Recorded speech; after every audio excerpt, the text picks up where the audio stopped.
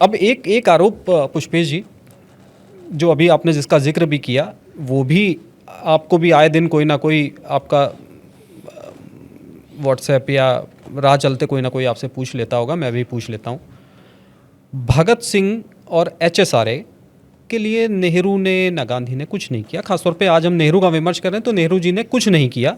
वो लोग चाहते, कांग्रेस चाहती तो भगत सिंह की फांसी टलवा सकती थी, उनको बचाया जा सकता। नहीं, मैं ये नहीं मानता हूँ कि भगत सिंह की फांसी टल सकती थी इन लोगों के कहे किए से।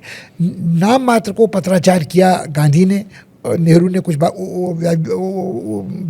व्याख्यान आदि दिए हों, वो अलग बात है। न केवल ये मेरा मानना ये है, यदि आप भगत सिंह का पूरा कृतित्व देखें और जीवन देखें, वो कुर्बान होना चाहते थे, क्योंकि वो फांसी के तख्ते पे अगर नहीं चढ़े होते तो शहीद भगत सिंह फांसी का तख्ता चढ़ गया, पूज नहीं रहे होते, सरदारा भगत सिंह वो वाला गाना नहीं गाया गया होता, और भगत सिंह अगर फांसी की उन्होंने समर्पण नहीं किया होता, उन्होंने एक बहरी सरकार को धमाका सुनाने के लिए किया था, किसी को मारने के लिए नहीं किया होता, वो भग सकते थे, वो निकल सकते थे। आप याद करें एक और प्रसंग को, हार्डिंग जब थे वाइसरॉय हिंदुस्तान में, उनके ऊपर बम फेंका गया। उस षड्यंत्र में रास बिहारी बोस शामिल थे। तब वो क्लर्क थे देहरादून के फॉरेस्ट रिसर्च इंस्टीट्यूट में। वो वहाँ से वेश बदलकर बहुरूपी बनकर निकल गए। न केवल निकल गए, उन्होंने बड़ा आश्चर्य जताया और बड़ा खेद प्रकट किया कि ऐसा हमला नहीं होना चाहिए था। उसके बाद वेश बदलकर वो भारत छोड़कर भी निकल गए और वो जापान चले गए, और जापान में उन्होंने भारत की आज़ादी की लड़ाई शुरू की, और आज़ाद हिंद फौज का बीजारोपण उनके जीवन काल में जापान में हुआ, जिसको बाद में दोबारा पल्लवित किया सुभाष बोस ने। वहाँ उनका एक प्रणय प्रसंग हुआ, उन्होंने अपने एक रेस्टोरेंट के मालिक की लड़की से शादी कर ली और वहाँ चलाते रहे, और भारतीय करी लोगों को खिलाई जो ऑथेंटिक करी थी। ये कहानी बिल्कुल फर्क। यदि चाहते तो भगत सिंह भी वहाँ से भाग निकल सकते थे, असेंबली से निकल सकते थे, रूप बदल सकते थे, अपने को बचाने की कोशिश कर सकते थे। उनका मकसद शहीद होना था, और यही बात लगभग चंद्रशेखर आज़ाद के बारे में कही जा सकती है कि उन्होंने जब पुलिस से घेरे गए तो आखिरी गोली से अपने को मार डाला, क्योंकि वो जीते जी पुलिस के द्वारा पकड़े नहीं जाना चाहते थे। उन लोगों का मकसद बिल्कुल दूसरा था। उनका मकसद जेल से रिहाई का, फांसी की माफी का। सहमत हूं आपकी बात से। मतलब ये मगर भगत सिंह की बात भी अगर आप करें तो मृत्यु के ठीक 1 वर्ष पहले कृति नामक एक पत्रिका थी जो मेरे ख्याल में वो चलाते थे, उसमें उन्होंने 3 लोगों की तुलना की है, साधु वासवानी की, नेहरू की और सुभाष बोस की। उनका बड़ा साफ मानना है कि साधु वासवानी एक साधु व्यक्ति थे, वो वेदों की तरफ ले जाते थे, जिस तरह आर्य समाजी लोग सबको ले जाते थे, और वो बड़े परोपकारी व्यक्ति थे। मगर वो उनकी जड़ें कहीं अतीत के मतलब जीवाश्मों में फॉसिल्स में जुड़ी हुई थी।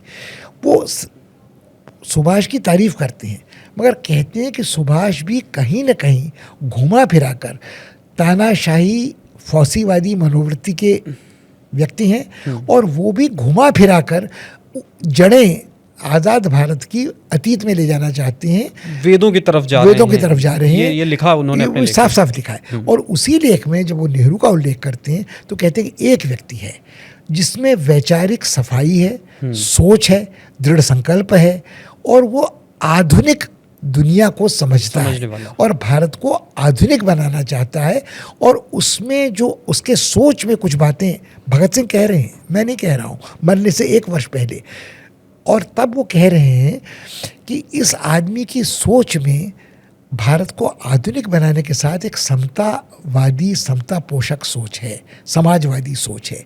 वो अब समाजवाद और कम्युनिज्म का फ़र्क आप कर लीजिए, नेहरू के फेबियन सोशलिज्म की बात कर लीजिए, लास्की की बात कर लीजिए, मगर नेहरू बहुत प्रभावित सोवियत संघ की क्रांति से थे, बोल्शेविक क्रांति से। तो उसमें उन्होंने जिस समाजवादी क्रांति की बात की है, समता पोषक सोच की बात की है, उसमें साम्यवाद है, उसमें मिश्रित अर्थव्यवस्था नहीं, उसमें कमांडिंग हाइट्स ऑफ इकोनॉमी को राज्य द्वारा पकड़ के रखना है, उसमें नियोजन आधुनिक बनाने के लिए है। और जब नेहरू संविधान निर्मात्री सभा में ऑब्जेक्टिव रेजोल्यूशन प्रस्तावित करते हैं तो उसमें जो आज़ादी है वो आज़ादी राजनीतिक अंत में है, सामाजिक आज़ादी है, आर्थिक आज़ादी है, सोच की आज़ादी है, और फिर राजनीतिक आज़ादी है। इसके बिना बाकी आज़ादी बेमानी है। तो ये सोच भगत सिंह के निगाह में आधुनिक भारत के लिए सबसे ज़्यादा उपयोगी था। लेकिन ये कहा जाता है कि भगत सिंह की लोकप्रियता से इतने डर गए थे कि इन लोगों ने सोचा कि हम इनकी मदद नहीं करेंगे, हमको इसमें आगे नहीं आना चाहिए?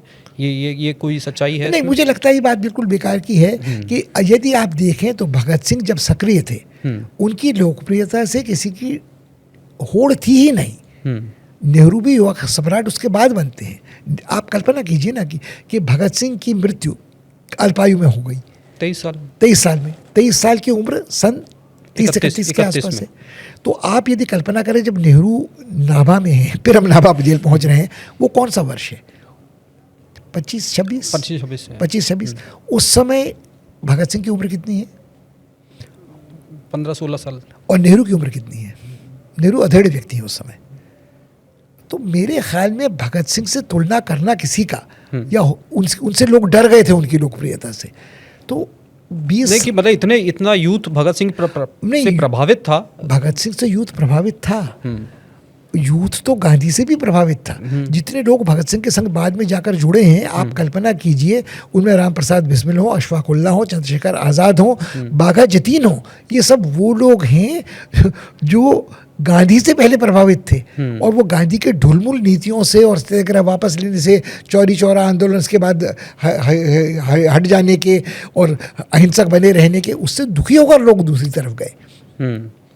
तो उस समय तो गांधी की लोकप्रियता भयंकर खतरे में थी, मगर नेहरू की लोकप्रियता खतरे में नहीं थी।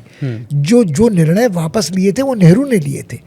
वो चौरी चौरा के बाद वो हर हालत में स्वतंत्रता की लड़ाई को अहिंसक बनाए रखने का उनका हट था। वरना जब चंद्रशेखर आज़ाद को नितंबों पर कोड़े पड़ रहे थे तो उनका हर नारा भारत माता की जय और वंदे मातरम और महात्मा गांधी की जय वाला था। मगर लोग जब गांधी से निराश हुए तो वो युवक तब भगत सिंह की ओर गए थे।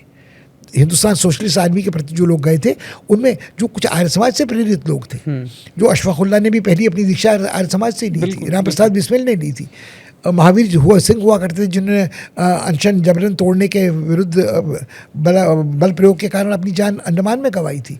तो ये सारे लोग वो थे जिनसे हट, जो गांधी की लोकप्रियता से पहले प्रभावित होकर गांधी से जुड़े थे, फिर गांधी की ढुलमिल नीतियों से हटकर भगत सिंह की ओर गए थे। और भगत सिंह के जीवन काल में तो मेरे ख्याल में किसी से तुलना करना व्यर्थ है कि होड़ किसी की हो। नहीं, लेकिन ये जो कहा जाता, नेहरू एक लौते नेता थे शायद कांग्रेस के जो भगत सिंह से जेल में मिलने गए 1929 में।